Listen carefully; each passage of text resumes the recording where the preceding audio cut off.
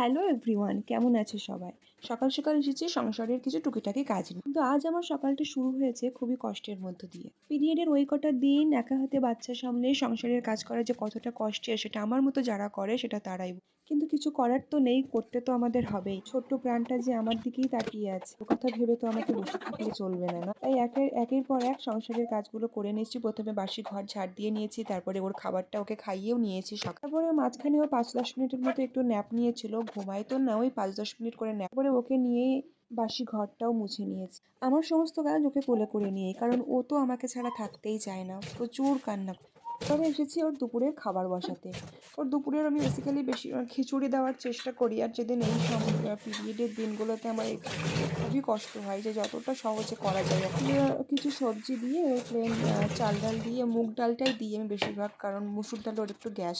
আমরা বলি না নারী পুরুষ সমান সমান, আমি মনে করি তা নয়। আমরা মেয়েরা সবসময় সব কিছুর ঊর্ধ্বে। মেয়েরা একা হাতে সব কিছু সামলাতে পারে, যেটা আমার মনে হয় পুরুষরা পারে না, বা ওরা যাকে হোয়াট এভার। ছাদে এসেছি ওর কিছু ন্যাকড়া চোকড়ার শুকি, সেগুলোই তুলে চেষ্টা করি ছেলেটাকে খুশি রাখার। ও খুশি থাকলে মনে হয় নিজের কষ্ট এক নিমিষে সব বিলীন হয়। তাই বিকেলে ওকে একটু নাচিয়ে গাইয়ে খুশি রাখার চেষ্টা। আমার ভিডিও ভালো লাগলে প্লিজ সাবস্ক্রাইব।